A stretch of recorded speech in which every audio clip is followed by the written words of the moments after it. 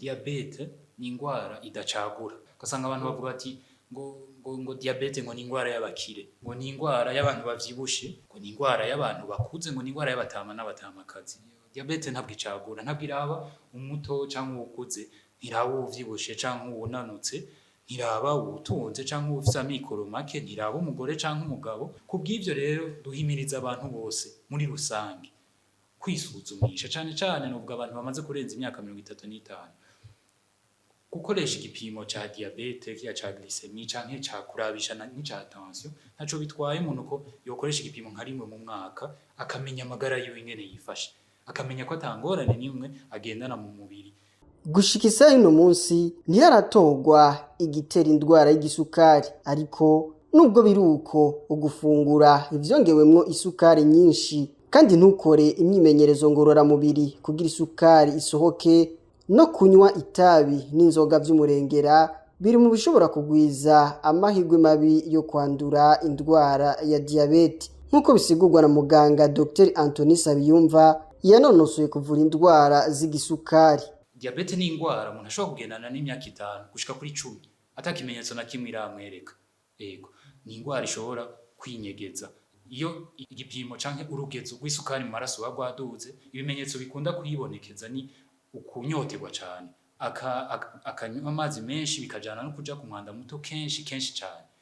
Hariho ikimenyetso cyuko umuntu agira akayabagu kiyongeye, ariko kenshi na kenshi bikajana no gutakaza ibiro, kandi atayindi ngwara afise mu mubiri yumva ameze neza atakindi kimenyetso, mugakabona ibiro biguma bikoroka. Hariho abantu kugira uburuho, hariho kugira ibizunguzungu, kutabona neza, umuntu akabona ibipfungu mu maso, umuntu agakarirwa n'ama infection. Muganga Dr Anthony Sabiyumva aranerekana zimwe mu ngaruka mbi z'indwara y'igisukari mu gihe umugwayi ativuje. Nukumenya yuko abantu bagendana ingwara y'igisukari si kuvuga ko bategezwa gushikirwa n'ingaruka mbi za diabete, habe namba. Simpaka mugabo vy'ukuri umuntu ativuje, atitwararitse ingwara yiwe cyangwa gasanga yabifashe minenegwe, uko imyaka igenda irakurikirana agendana ibiharuro biri hejuru, ingwara irashobora kumwihinduka ikamuzanira ingaruka mbi zitandukanye. Nk'igihe ibiharuro biduze cyane bikaba umurengera, hari igihe umuntu bishobora kumujana mu bitaro, ugasanga ashitseyo yanataye ubwenge, bimwe twita ko umuntu aba yagiye muri koma, atakurikiranywe mu maguru masha no kumuhitana bikamuhitana. Yego, kwisi yose nzima ingwara iza mu za mbere zitera uruhumyi. Diabete irashobora konona amafyigo, diabete irashobora gutera ingwara z'umutima, ikazana na za ngwara z'amavese.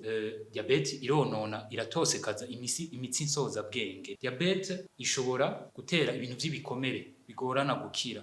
Diabete irashobora kuba fasoni bibungenze kumbanyi, igatera yuko mu gihe umufasoni yibungenza agendanye ibiharuro biri hejuru, bikaguma biri hejuru umwanya munini, birashobora gutuma umwana apfira mu nda, cyangwa gasanga umwana avukanye ibiro byinshi, bagasanga umuvyeyi batezwa kumugira bimwe bita cesarienne.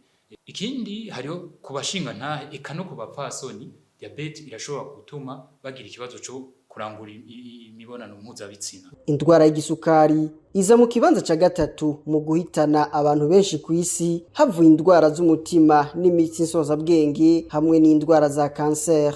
Mu cegeranyo cakozwe mu mwaka wa 2024 na OMS imenyesha ko diabete ihitana abantu barenga 3,400,000 ku mwaka.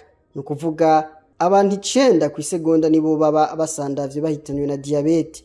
OMS nyene ikagereranya ko ibice 43% vy'abakuze bagendana diabete, no kuvuga bagera ku 252,000 baba batigeze bayipimisha. Ni mu gihe ibice vy'ababa 90% vy'abagwayi ba diabete bava mu bihugu bifise amikoro make canke abayabaye harimwo n'u Burundi.